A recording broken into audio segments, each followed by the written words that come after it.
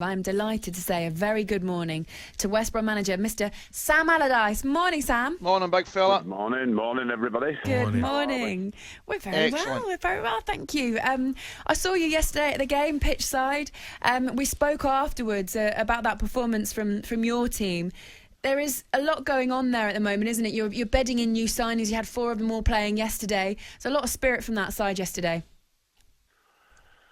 Yeah, it's very.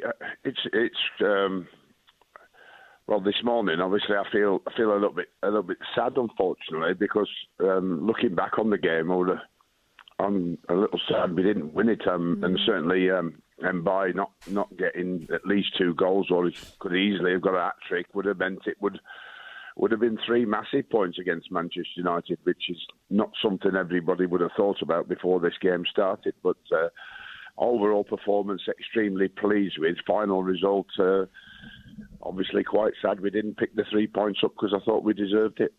Sam, I was down at the game. I was down at Southampton yesterday, so I didn't really see your game. Obviously, you're looking at it thinking, it's another point. Are you seeing enough from your boys to still believe clearly they've got an opportunity to get out of trouble?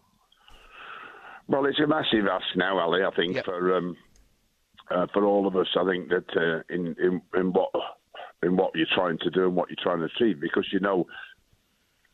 if you look at your record of the season up to now, then it looks highly unlikely. But you never know in football. But it is about going games undefeated and then more wins now than ever achievable from the rest of the season. So every game we must try and gain a point at least and do our best to try and win now. So, it's almost getting to the stage where, if we lose one, then we're going to have to make sure we win the next 2 after losing that now to catch up. And, in that saying that, that determines on some of the others above us to slip up over a long period of time. So, it's doable. Whether we can do it or not would a lot depend on not getting any injuries, these new players getting even better, us becoming more clinical and still working on the fact that we still haven't had a clean sheet.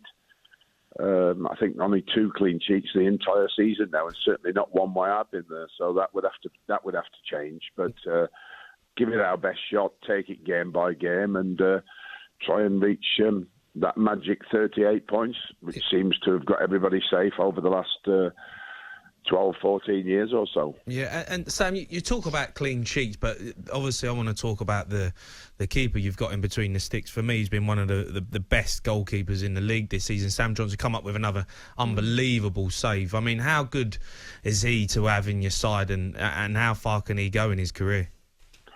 Brilliant, absolutely brilliant. And of course, he's as frustrated as me about the fact that all these goals keep going in, and he's trying his best, because I think we really do have to help him in that situation, which we did yesterday, because actually Man United, in the first half, actually only had 1 shot on target, and that shot on target was the brilliant Fernandes goal. So that shows you how well we defended in the first half, and of course, in the second half, done again, but we had a good save from Sam, and then 1 cleared off the line. But after that brilliant save at the end. So we're getting better defensively, but he is a fantastic goalkeeper. And if we're going to get to where we are going to get, we'll need him on certain occasions, And then we were obviously having the bizarre situation with Harry Maguire.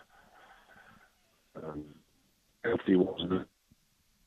And then then I'm reading in the paper today, in some article, Mark Clattenburg says it wasn't offside. So it just shows you that even the referees or the ex-referees or the referees now or the referees at Stockley Park have no idea what offside is or what a penalty should or should not be now. So the confusion is massive.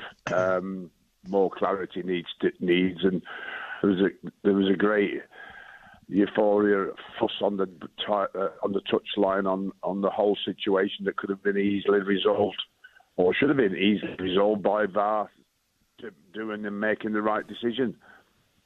That was an interesting one, actually, with Harry Maguire, because after the game, both you and Ole Gunnar Solskjaer said that Harry Maguire was already in an offside position. Yeah. But then this morning, all this conversation, actually, the rules the FA have said, unfortunately, the penalty or the incident occurred before he would have played himself into an offside position, if that makes sense, because he hasn't touched the ball yet, which it does feel confusing, because if both managers of both sides have come out and said he was offside, the commentators have said he was offside, it is weird, isn't it? It feels like it's a grey area, but it shouldn't be a grey area. Oh, Laura, it's bizarre. Let's face it. I mean, they're making an absolute mockery of the rules and the laws of the game. I mean, Harry Maguire's in an offside position as the ball is kicked. That gives him an advantage over our defenders to get to the ball. What more do you need to say that he's offside? Mm-hmm. Can't argue with that, really, can you? No, it's quite simple. He's not got this, he's not got that. It's absolute rubbish. They're talking rubbish to defend themselves. It's diabolical. Sam, I couldn't agree more, mate. I'm down at that game yesterday at Southampton, right? And I'm doing the game, and Nelson Semedo has a shot, and it hits Ryan Bertrand in the hand, right? Now, my initial reaction is, he's going to give a penalty here. It's not a penalty, but he's going to give one. So then he gives one, which is, in my opinion, is a shocking decision. And then half an hour later, the ball comes into the box, and it hits Dendoncker in the hand, again, accidentally. And I'm thinking to myself, well, he's got to give a penalty. Even though it's not, he's got to, because of what he's done. Are we reaching the stage, Sam, where we're going to have a total revamp of the rules? Well, we've had that many rule changes in the last few years that we've ever had in the entire history of the game, Alec, and it hasn't made. Unfortunately, I was an advocate for VAR, but unfortunately, the change of the rules and the introduction of VAR, in my opinion, and this is well before I come and took the manager's job at West Brom. This was 2.5 years out of football. Unfortunately, it's making it worse, not better. Yeah. So whatever everybody's saying and whatever we're all talking about, the confusion is causing chaos. It's making everything worse. It's hitting the headlines of everybody too much about what VAR or what the rules are or aren't, instead of about the beautiful game that we have. And unfortunately, it's making a too big an impression the wrong way for me, and that's really sad when we have such a great league, the best league in the world. Sam, has it changed your sort of persona on the side of the pitch with it? Because obviously, you've been around in the game, such a fantastic manager all those years, and then now I just feel like the enjoyment for managers is just so different on the sideline, because you never know whether goal stands, you never know what sort of decisions you're going to get in and around the box. Is it just spoiling it as a manager? Well, I don't think they use this term clear and obvious, and there is no such thing being used as clear and obvious for me. So looking about what they say about what VAR is to be or should be, it should be clear and obvious. But there's nothing, I don't know whether you agree, but there's nothing that we or I see before I came back in the game and since I've come back in the game that's clear and obvious.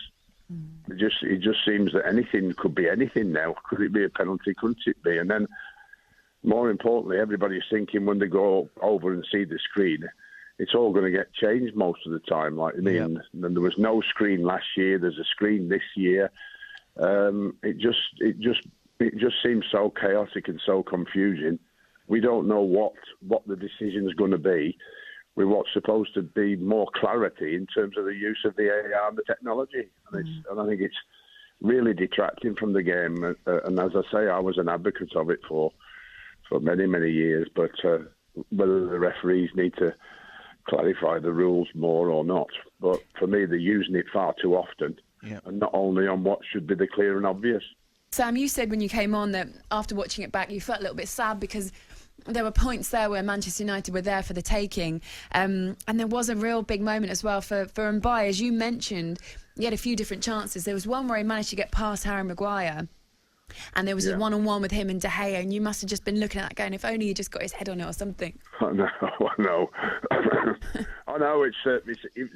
It was a shame on the day, because obviously to create that many chances against Manchester United, and clear-cut chances. I mean, the late cross from Darnell, to Mbaye, and he perhaps took it with the wrong foot. I mean, Ali could probably explain that better than me, but that one should have or could have easily been a goal as well. So there we go. But we did create the chances, and we are looking a little better, and we're not disappointed because we got a draw against Manchester United, I think, who haven't lost away from home for so long, but we nearly gave it, or nearly had a chance to beat them yesterday, but we got a point.